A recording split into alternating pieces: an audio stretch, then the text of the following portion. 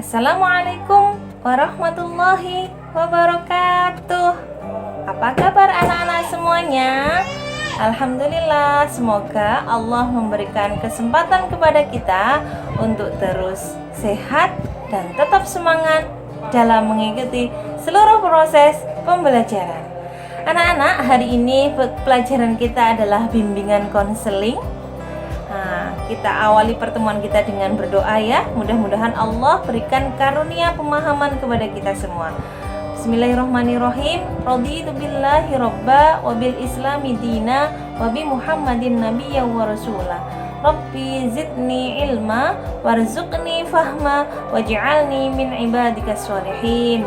Amin. Mudah-mudahan dengan belajar Allah karuniakan kita menjadi orang-orang yang sholih.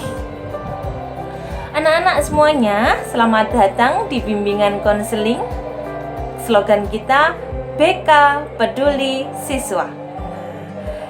Anak-anak semuanya sudah pernah dengar tentang bimbingan konseling? Kalau dulu di SD-nya sudah pernah ada pelajaran bimbingan konseling, insya Allah sudah tahu ya apa itu bimbingan konseling. Namun kebanyakan di luar sana sekolah-sekolah SD masih belum ada pelajaran bimbingan dan konseling. Nah, bagi yang baru pertama kali mendengar kata bimbingan konseling, jangan heran karena ini bukan makanan. Apalagi ini pelajaran yang menakutkan. Insya Allah enggak ya. Nah, bimbingan konseling kita akan perkenalan terlebih dahulu. Perkenalan dengan bimbingan konseling ya. Nah, jadi kalau digambar di situ itu ada orang yang bermacam-macam, saling berkelompok, namanya konseling. Yang kita cari tahu sih yang lebih jelas, kok ada yang berduaan juga? Apa sih kok bimbingan konseling? Penasaran nggak ya? Nah, kalau pelajaran yang lain ada matematika, IPA, bahasa Indonesia, jelas ya. Memang ada kompetensi yang harus dicapai. Nah, untuk BK apa sih sebenarnya? Nah, sebelum kita nanti cari tahu pengertian dari bimbingan konseling itu sendiri, kita cari tahu kenapa. Karena dengan pertanyaan kenapa atau bahasa Inggrisnya why gitu ya, kita akan banyak mendapatkan jawaban atas apa yang akan kita kerjakan. Why gitu ya, kenapa gitu ya, kenapa harus ada BK gitu kan.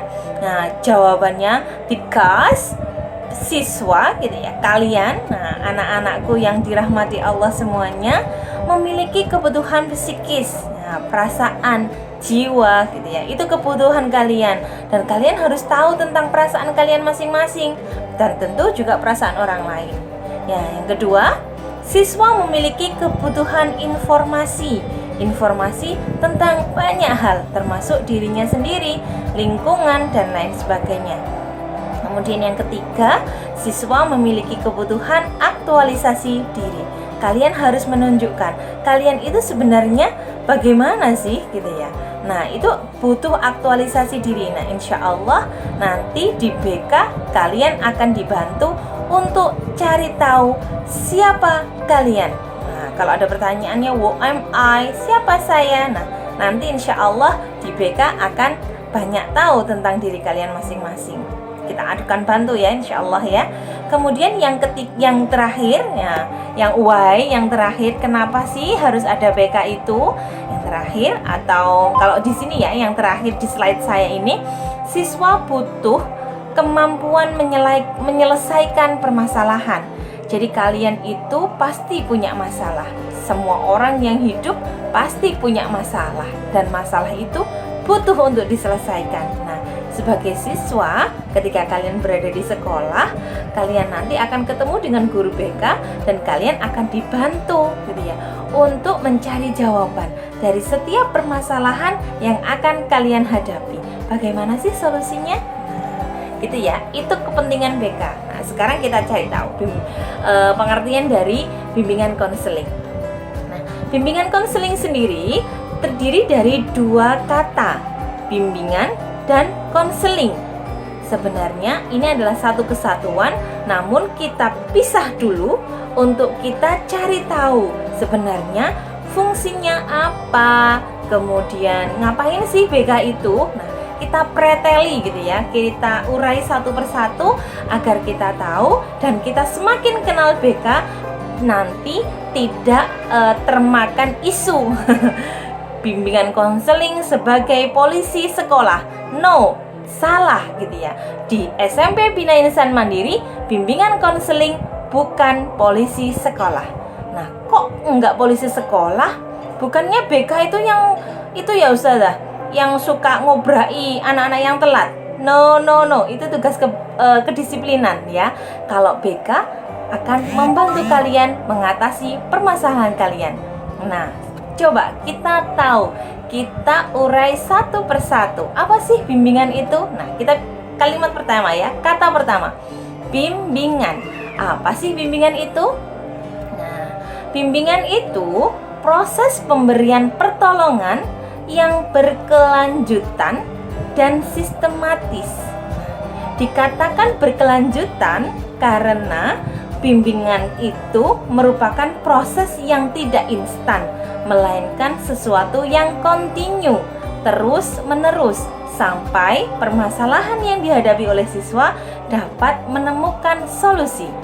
Sistematis karena memang BK tidak berdiri sendiri, ada hal-hal lain yang di luar BK yang akan bekerja sama kemudian membantu untuk menyelesaikan permasalahan itu kepada siswa dalam menyesuaikan diri dan mencapai kesejahteraan hidup.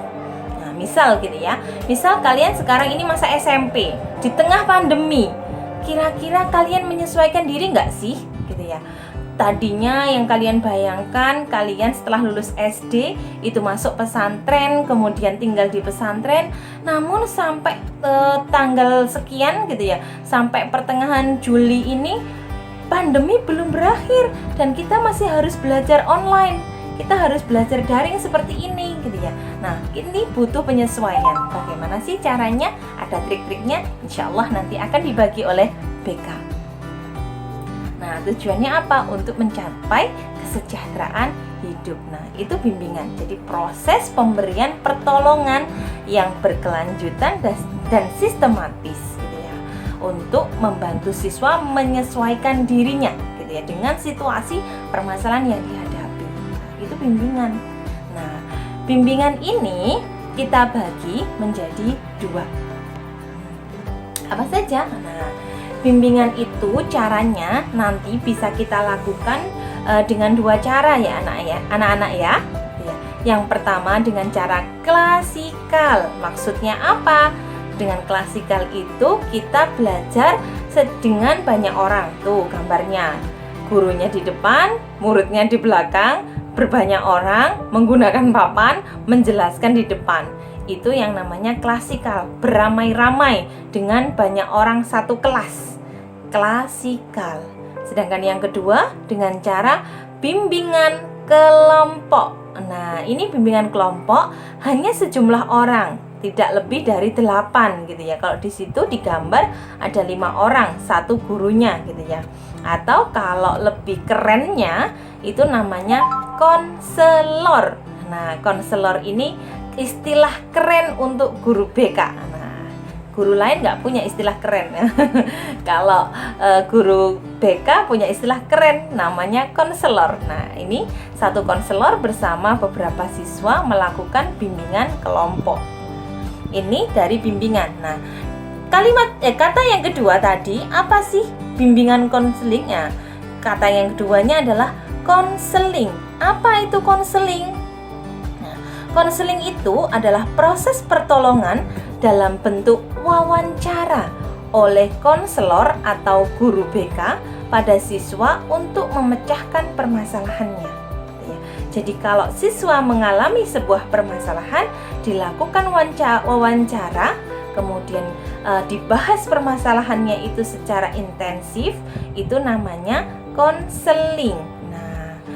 Sama dengan halnya bimbingan tadi, konseling juga dibagi menjadi 2. Namun karena permasalahannya lebih urgent gitu ya, lebih penting, tidak umum seperti dalam bimbingan tadi, maka konseling dibagi menjadi dua macam cara yang lebih intens gitu ya. Yang pertama ada konseling pribadi, di mana guru BK atau konselor berhadapan langsung dengan siswa yang sedang menghadapi kesulitan. Nah, itu konselingnya apa, siswanya dipanggil, diajak ngobrol gitu ya, dilakukan wawancara, kemudian diajak curhat, ngomong dari hati ke hati, itu namanya konseling. Sedangkan konseling kelompok dilakukan dengan beberapa orang yang memiliki permasalahan yang hampir sama. Nah, itu juga sama, dilakukan tidak lebih dari 8 orang.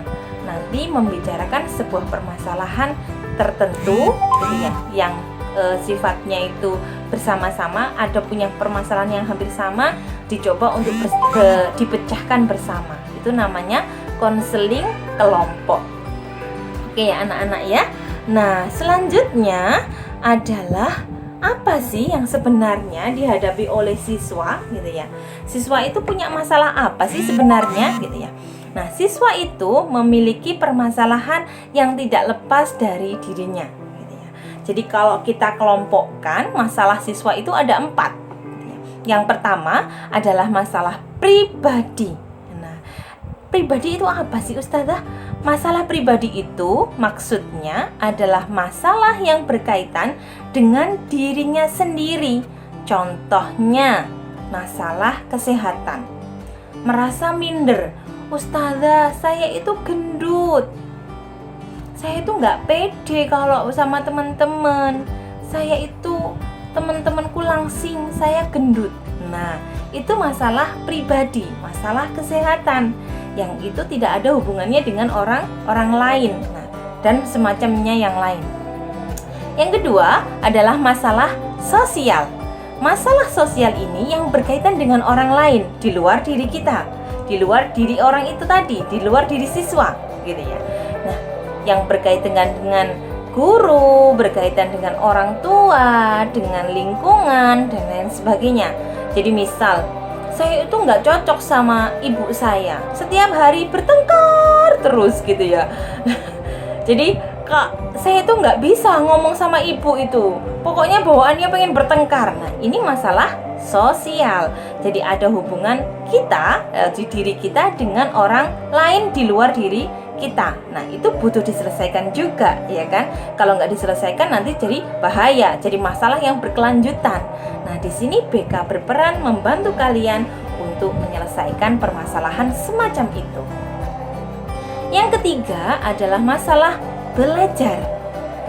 Segala hal permasalahan siswa yang berkaitan dengan pembelajaran. Misal, tidak bisa menghafal gitu ya. Melihat temennya 1 minggu bisa menyelesaikan 1 juz hafalan, dirinya susah sekali gitu ya. Mau hafalan bad mood, nggak jadi, akhirnya susah gitu ya. Akhirnya gimana sih cara belajar yang efektif gitu ya, cara belajar yang efisien? Nah, nanti salah satunya nanti kalian akan belajar tentang gaya belajar. Setiap orang memiliki cara belajar masing-masing yang tidak tentu sama antara orang yang satu dengan orang yang lainnya. Itu nanti permasalahan belajar yang insya Allah juga akan dibantu oleh BK.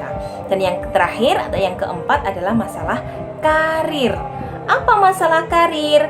Karir ini maksudnya adalah segala hal yang berkaitan dengan masa depan kita, menentukan sekolah, kemudian nanti itu saya itu cita-citanya apa. Nah, kemarin mungkin waktu penutupan MPLS sempat disinggung tuh sama Abi Abdul Aziz waktu membahas tentang proposal hidup.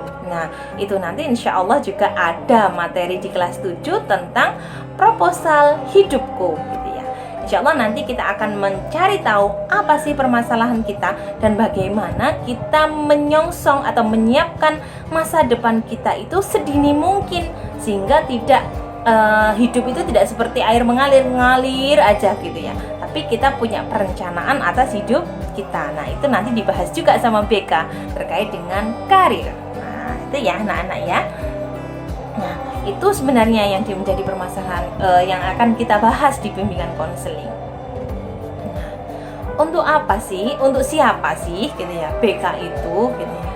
Kalau di sini saya buat slide-nya untuk semua siswa karena BK peduli siswa gitu ya. Untuk semuanya ya, untuk semuanya, untuk kalian semuanya gitu ya. BK tidak tebang pilih, insya Allah semuanya akan dibantu oleh BK. Bukan yang sedang bermasalah saja, tapi untuk mereka yang mau menjadi luar biasa, insya Allah akan dibantu oleh BK. Jangan khawatir ya. Nah, caranya gimana sih Ustazah? Kalau kita mau bertemu BK, tenang, nanti insya Allah BK akan masuk kelas. Tadi ya, bimbingannya berupa klasikal, ada jam tatap muka di kelas. Mudah-mudahan pandemi segera berakhir, kita bisa bertemu. Mudah-mudahan kita segera bisa bersua, kemudian kita bisa menyelesaikan banyak permasalahan. Nah, ketika sudah kita bertemu nanti, ketika kalian menghadapi permasalahan, apa sih yang bisa kalian lakukan? Caranya gimana sih ketemu sama BK gitu ya? Penasaran banget ya kayaknya ya. Oke ya. Yang pertama, datang sendiri temui guru BK, boleh janjian gitu ya. Kalau yang Putri nanti sama saya gitu ya. Yang kedua, dipanggil. Kalau kemudian saya merasa di antara kalian ada yang butuh bantuan, nanti saya akan membuat surat rekomendasi di kelas untuk saya panggil. Gak usah ndredeg ya, gak usah grogi, gak usah takut. Nah, belum tentu itu permasalahan yang berat, karena bisa jadi saya melihat ada potensi besar di diri kalian. Nanti bisa ikut lomba atau yang lainnya. Nah, mudah-mudahan begitu ya. Jadi kalau dipanggil sama guru BK jangan takut dulu. Seperti yang kalian mungkin pernah tahu gitu ya, guru BK itu serem. Enggak, gitu ya. Insya Allah enggak sama sekali gitu ya. Lihat saya aja ceria seperti ini. Insya Allah enggak ya. Jangan khawatir ketika dipanggil BK. Insya Allah BK akan membantu setiap permasalahan kalian.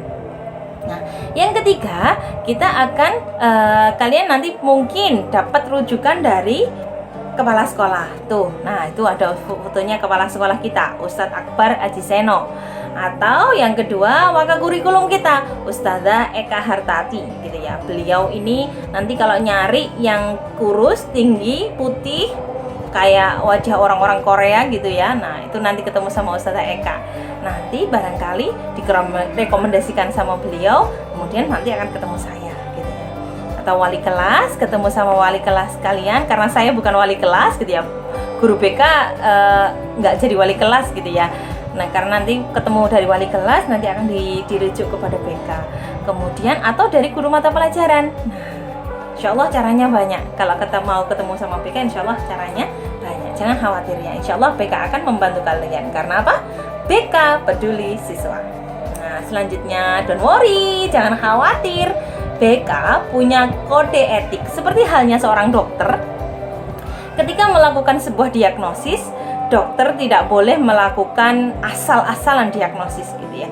Tapi punya kode etik apa aja sih rambu-rambunya agar proses diagnosis atau proses pemeriksaan terhadap pasien itu berjalan dengan baik. Nah, kalau di dalam BK juga sama. Ketika melakukan konseling, ketika melakukan bimbingan, itu punya kode etik juga, punya rambu-rambu yang nantinya bisa kita taati bersama. Yang pertama, rahasia.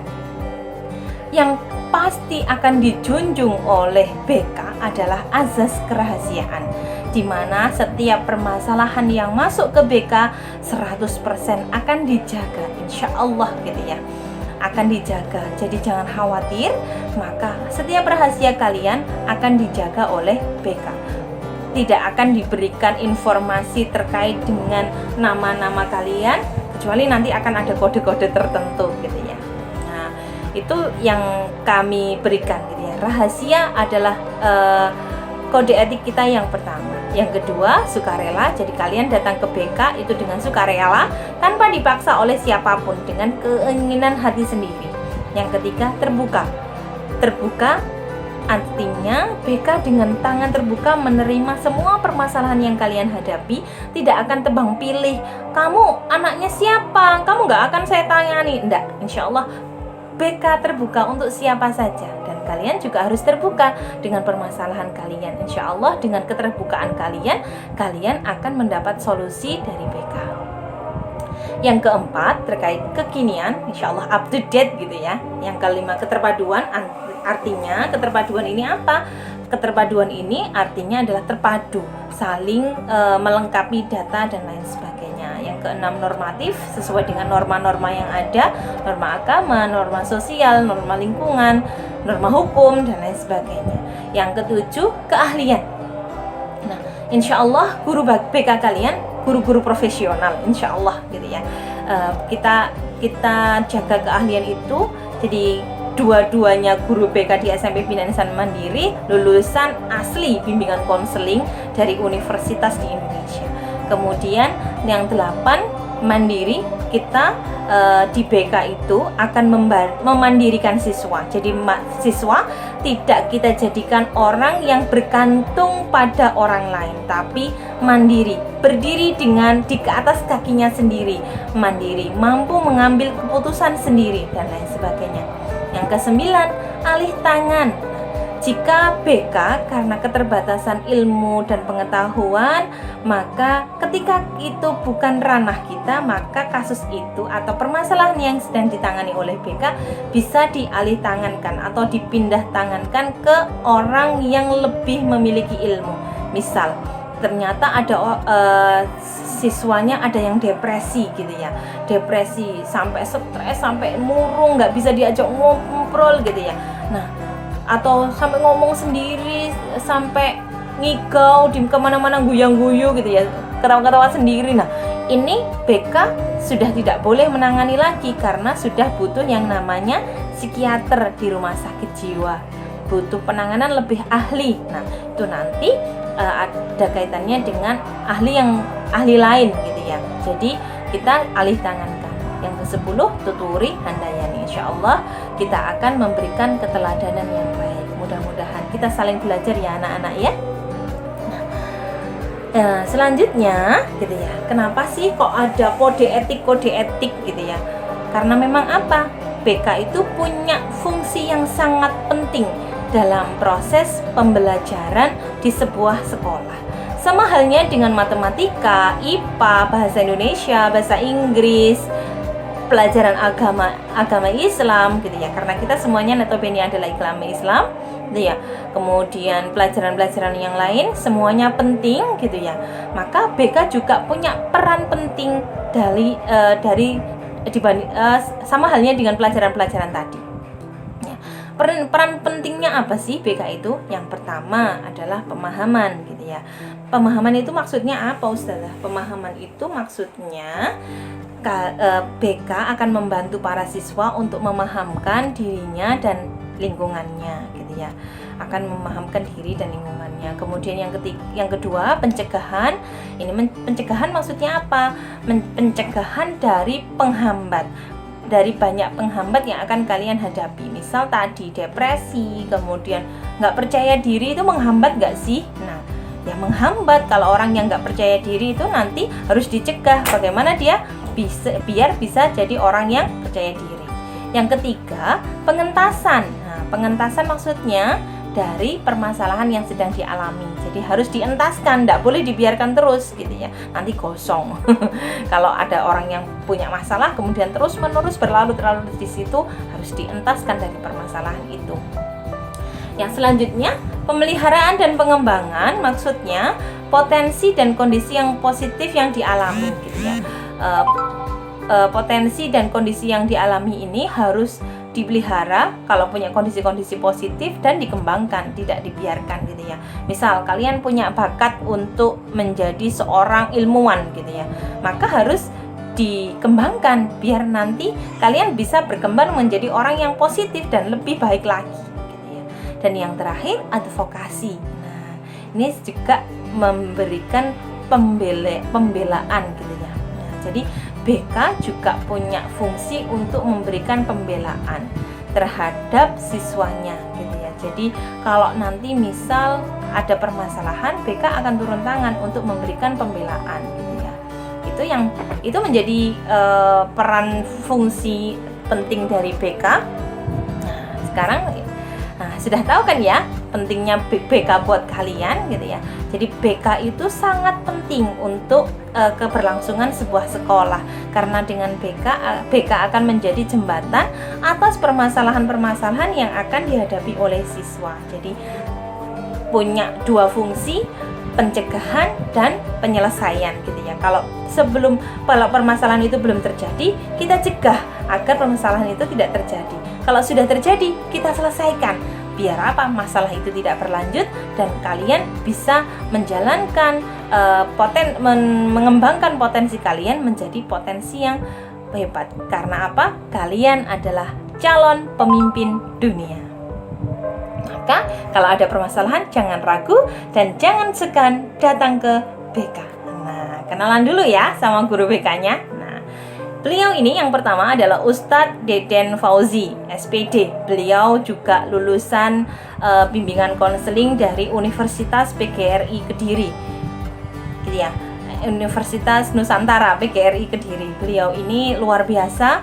Nanti kalau anak-anak laki-laki atau anak-anak ikhwan ketika ada permasalahan bisa langsung menghubungi beliau gitu ya. Beliau yang akan nanti, karena lebih enak gitu ya kalau anak laki-laki ngobrolnya sama bapak-bapak biar nggak sungkan gitu ya. Nah, nanti ketemu langsung sama Ustadz Deden.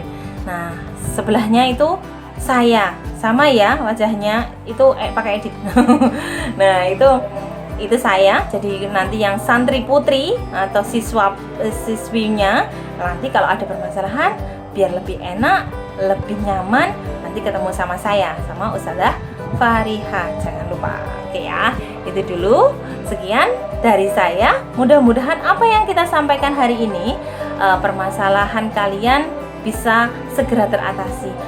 Kita berdoa dengan khusyuk, kita berdoa kepada Allah agar pandemi ini segera berakhir dan kita bisa bertemu di kampus Ponpes Mbaron, SMP Bina Insan Mandiri Mbaron. Saya akhiri. Wassalamualaikum warahmatullahi wabarakatuh.